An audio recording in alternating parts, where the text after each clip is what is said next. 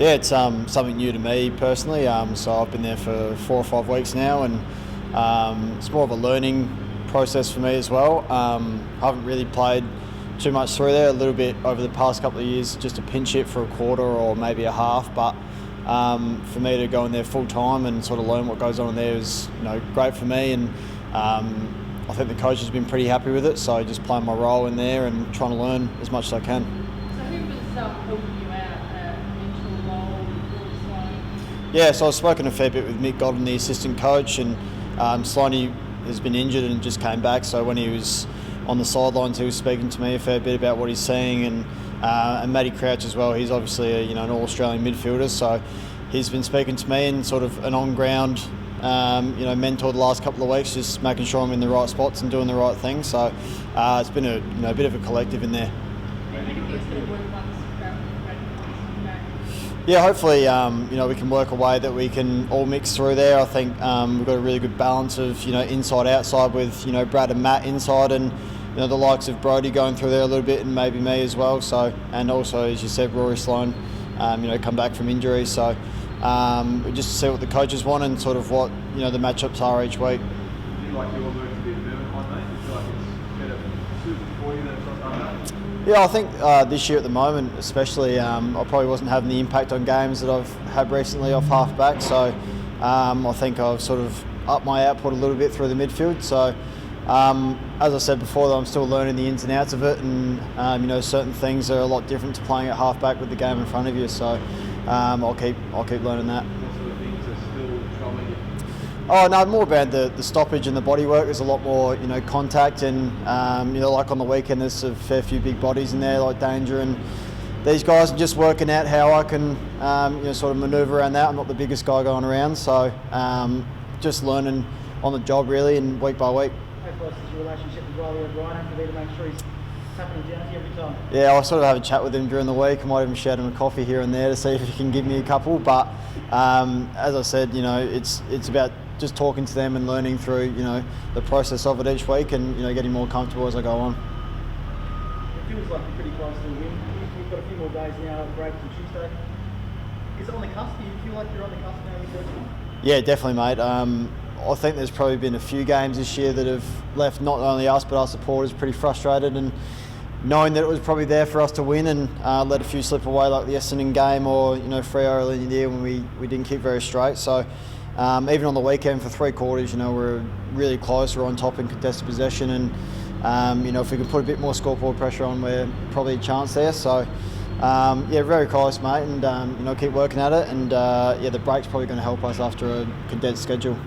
What do you think when you hear Brad Crouch say he doesn't know if he wants to go for a rebuild or go and try and win a premiership in another club? Oh, look, I think Brad's got his own terms and his own thoughts, and he's obviously having conversations with the club and his management. So something that I won't really speak to him about. I don't think any of the guys are sort of really in his face about it.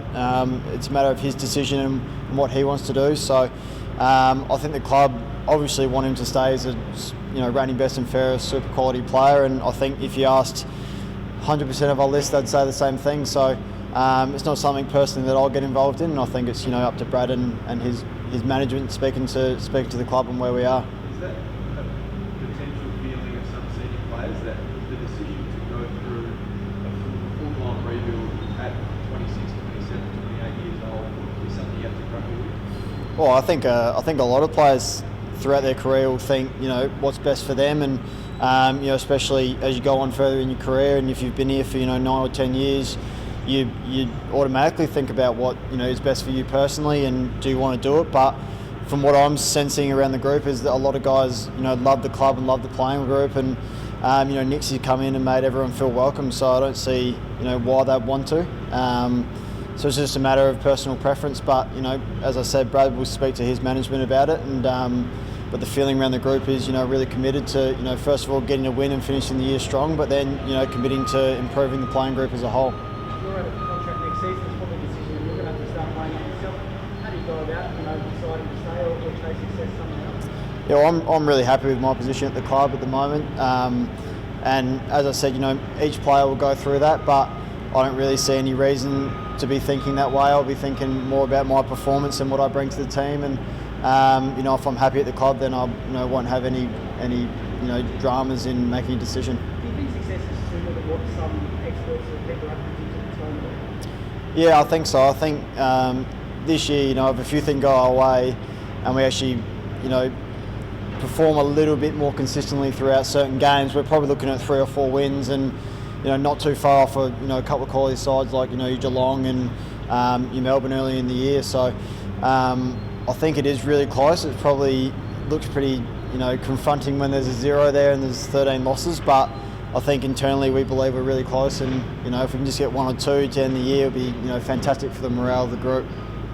Get a few back next week, maybe. Yeah, I think the 9-day break's come at a perfect time. We've sort of had that really condensed block of games for 4 or 5 weeks, and we had a week-long break last week, and it's just amazing the contrast between a few extra days break. So I think it gives the blokes that are sort of on the edge in terms of their bodies, like Daniel Taylor and Brad Crouch, a bit more extra time to train consistently and build up a bit of fitness before they come back in and crack back in a full game. So Lynch is probably more unlikely, like what you said the other day. Yeah, Lynch unlikely. And Yeah. Charles, is he a little closer than? Yeah, I think he was really touch and go. I think it was just a matter of he sort of came back in after being rested and probably pushed it a bit too much up in the Bulldogs game, and then he was touch and go, but they thought, for the sake of the last 4 games, it's probably better to get him 100% right so he can commit to that fully instead of being on the edge and not being able to play properly. So I think he's pretty good to go, and the same with Brad as well. Just one of the grand final. I think the SA government's making a pitch today or something. What would it mean to have the grand final here in Adelaide? It'd be pretty amazing, I think. Pretty football-centric town, very passionate about the game. I think the Adelaide Oval's, one of my favourite ovals to play at. I'm pretty lucky to get it, every second week. But I think, the capacity and the atmosphere that you get at the Adelaide Oval is nearly unmatched. So I think it's a great play, and it'd be great to see it here. So potentially lifting some quarantine restrictions on certain personnel that can come in and make sure that they can be a part of the grand final. Yeah, well, I think that's for the people probably above my position to sort of speak about, but I think if they're really committed to doing that, then I think that the conversations will be had. So, as I said, I reckon it'd be great for the city and, great for the ground. It's a fantastic venue to play at.